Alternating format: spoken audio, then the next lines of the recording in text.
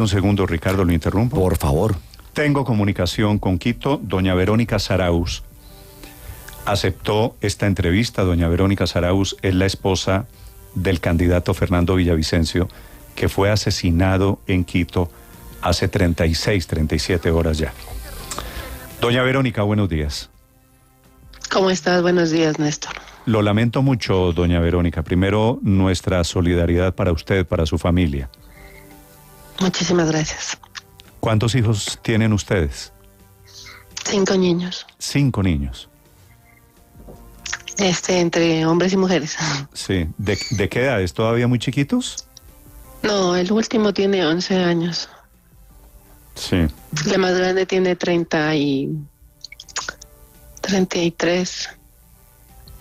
Sí, y me imagino el drama familiar por el que están pasando en este momento, ¿verdad?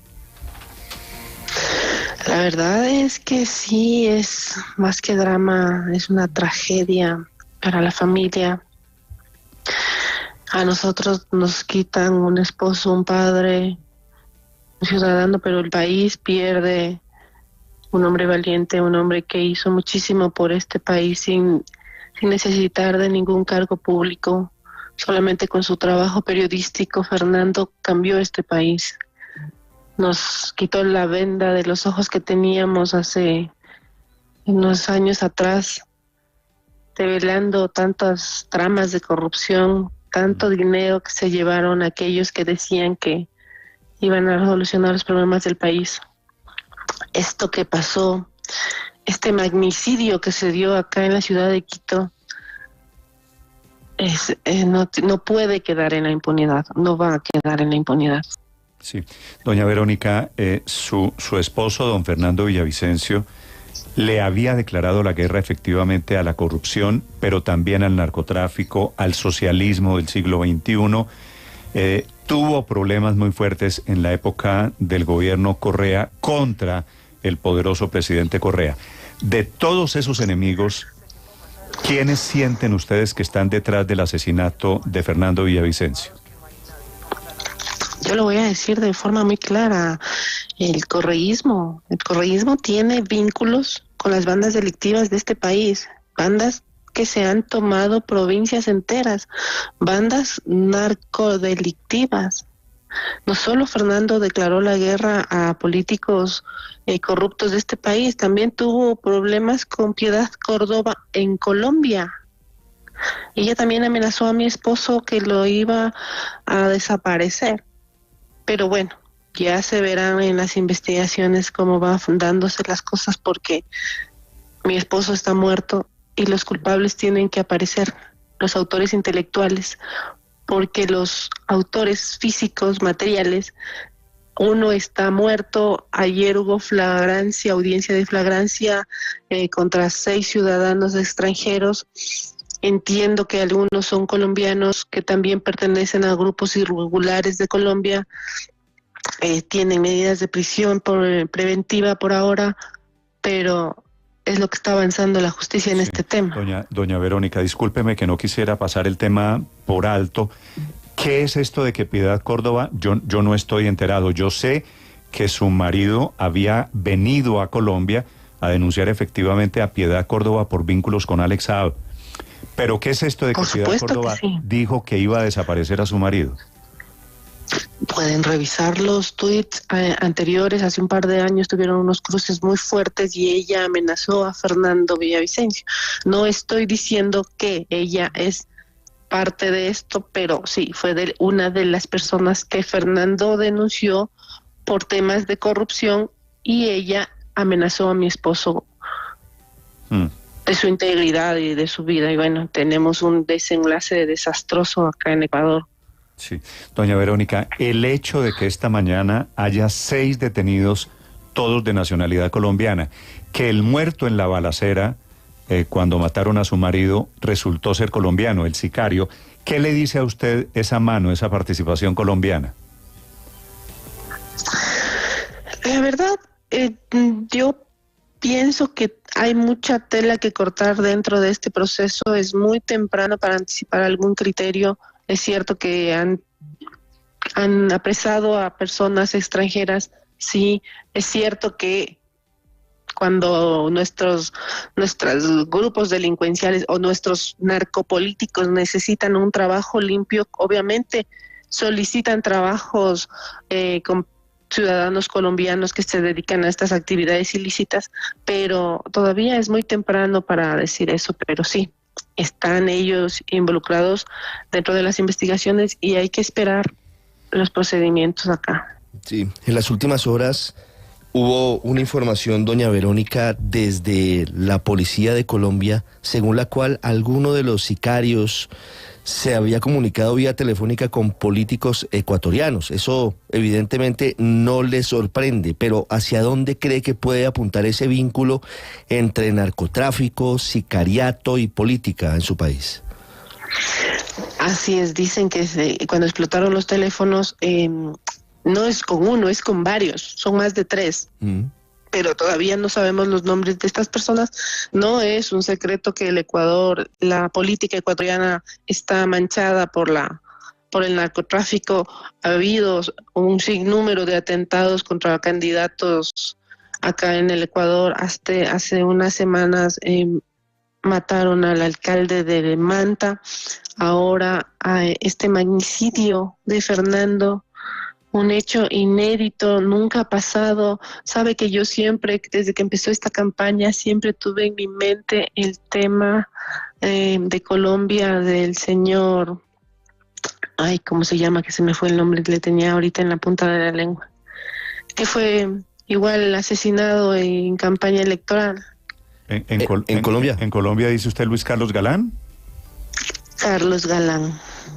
Entonces yo siempre tuve en mi mente este episodio que pasó en Colombia porque sentía en mi interior que Fernando siempre estuvo en peligro. Mi esposo tenía un 97% de probabilidades de sufrir un atentado. En los informes que le hacía la Policía Nacional siempre era ese porcentaje que votaba de riesgo, que se sufría su vida porque antes era asambleísta, su trabajo también dentro de la asamblea le exponía de esta forma. Tuvo roces con un miembro de los Latin Kings que representaba en la Asamblea Nacional. Tuvo roces con un señor de apellido Jordán que reside en la ciudad de Miami, también involucrado en actos de corrupción acá, no solamente con venta de medicamentos hacia el Estado, sino temas ya de narcotráfico directamente. Sí. O sea, hay un mundo enorme todavía por descubrir dentro de este magnicidio que se dio acá. Porque muchísima gente tenía... Usted hablaba con Fernando de ese tema, de Luis Carlos Galán, del ejemplo colombiano, de las amenazas, del riesgo que tenía su vida en esta campaña. Sí, pero Fernando es de los pocos ecuatorianos que yo conozco que ha amado tanto a su país que incluso dejó su vida en el intento para cambiarlo. Sus ideales iban muchísimo más allá que su propia vida. Nosotros recibimos amenazas durante años. En el correísmo fuimos allanados, perseguidos, tuvimos que irnos del país. Vivió Fernando en la clandestinidad y desde la clandestinidad escribió libros, reportajes que fueron sumándose para que este país al fin abra los ojos y comprenda cómo nos robaron y cómo se llevaron los recursos que ahora nos hace tanta falta. Sí, doña Verónica, esta hipótesis que yo le escucho a diferentes personas, a usted esta mañana en Ecuador, de que el correísmo tiene que ver con el asesinato de Fernando Correa, con el asesinato, perdón, de Fernando Villavicencio, de su marido, cuadraría si no fuera porque hoy Ecuador es gobernado por un opositor de Correa, que es el presidente Guillermo Lasso. ¿Qué explicación tienen ustedes a que Lasso, gobernando más cercano a Villavicencio que a Correa, hubiese permitido el asesinato de Villavicencio?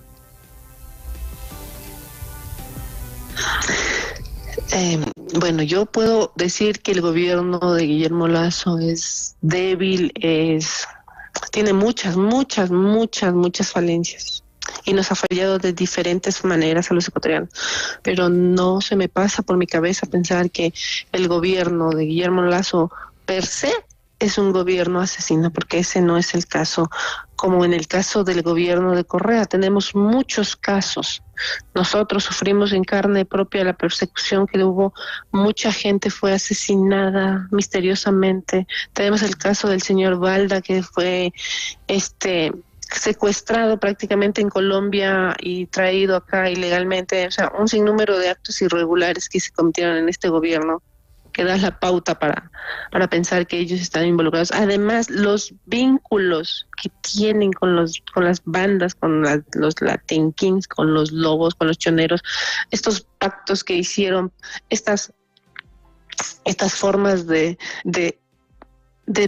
paz que teníamos, una paz relativa, pero realmente no era una paz, sino eran unos pactos que ellos hacían para que estos grupos tengan el camino libre para que el narcotráfico fluya y nosotros, la ciudadanía común, pensemos que vivíamos en un país tranquilo. Doña Verónica, ¿qué miedo podría tener el expresidente Rafael Correa, exiliado en Bélgica desde hace 6 años, de la llegada al poder de su señor marido Fernando Villavicencio? Es que con Fernando en la presidencia ya se acababan los jueces corruptos, se acababa el vaivén de las prestaciones que dan aquí los políticos, del tráfico de influencias que tienen. Él tenía un proyecto en mente de fortalecer la UAFE, que es la Unidad de Análisis Financiero, para que aquellos funcionarios públicos que no puedan justificar sus recursos, esos recursos vayan al Estado. Porque aquí hay jueces, fiscales, generales de la policía, del ejército, en todas las ramas, que no han podido justificar sus bienes y sus patrimonios. Doña Verónica, hemos visto videos de su esposo, don Fernando Villavicencio, en varias oportunidades en campaña, denunciando que tanto él como sus hombres de seguridad habían recibido mensajes directos de alias Fito, el jefe de los choneros, diciéndole que prácticamente era hombre muerto, que lo amenazaba todo el tiempo. Incluso uno muy impresionante cuando lo llaman y le dicen: lo estamos esperando en el aeropuerto para matarlo. Él tenía esa preocupación permanente por lo que pudiera hacer alias Fito. ¿Las autoridades ecuatorianas nunca tomaron en serio esas amenazas? Hay una cosa simpática que pasa en nuestro país. Resulta que al candidato presidencial le dan seguridad, sí, pero a su familia no, porque es una norma interna dentro de la policía. Y Fernando, claro que tenía miedo de estas amenazas porque eran reales y eran creíbles. Pero yo siempre digo, es más el amor que sintió por este país que el miedo que sentía por su propia integridad. Verónica, ¿usted vio esos mensajes en el celular de su marido? ¿Vio las amenazas de Fito y de los choneros? Fernando no tenía solo amenazas de ellos, tenía amenazas de tanta gente, troles que le mandaban amenazas todo el tiempo. Una persona en el país con 97% de probabilidades de sufrir un atentado solo era Fernando Villavicencio, y por eso él tenía la seguridad que tenía, y esta seguridad falló el día del atentado. El gobierno tiene que darme muchas explicaciones. Yo recién regresé ayer de Estados Unidos, que estuve allá, por el tema que le estoy comentando, de que no nos daban seguridad a nosotros. Decidí llevarme a mis hijos fuera de aquí, y me llevo a mis hijos para tener que retornar con ellos y encontrarnos con el cadáver de su padre. ¿Ah, usted no estaba en Quito cuando mataron a don Fernando? No estaba en Quito. Doña Verónica, ese audio que hemos escuchado aquí en Colombia, que escucharon los ecuatorianos, de una mujer llorando, diciendo que había problemas en la seguridad, en el protocolo de seguridad, y que Ecuador debía irse a la guerra civil. ¿Es realmente usted? No, eso es falso. Yo recién la primera entrevista que di fue a la cadena NTN desde la ciudad de Panamá, donde estaba esperando el transbordo para regresar a Quito. No, esos audios son absolutamente falsos. Jamás llamaría a la guerra civil, porque primero hay que esperar a ver qué pasa. Primero tengo que enterrar a mi marido. Sí, ¿el sepelio de Fernando Villavicencio es hoy, finalmente? Estamos velándolo desde el día de ayer. Sí. Y hoy día va a ser el sepelio. También va a haber una especie de capilla para que la ciudadanía se despida de su líder, porque Fernando iba a ser el presidente de este país. Sí, doña Verónica, ¿y quién? Las elecciones son la semana entrante en Ecuador. ¿Quién cree usted que lo va a reemplazar? ¿Quién va a tomar sus banderas? Fernando es irreemplazable, no creo que haya nadie en este país que pueda medírsele un poquito. Fernando es irreemplazable. Usted me mencionaba el caso Galán.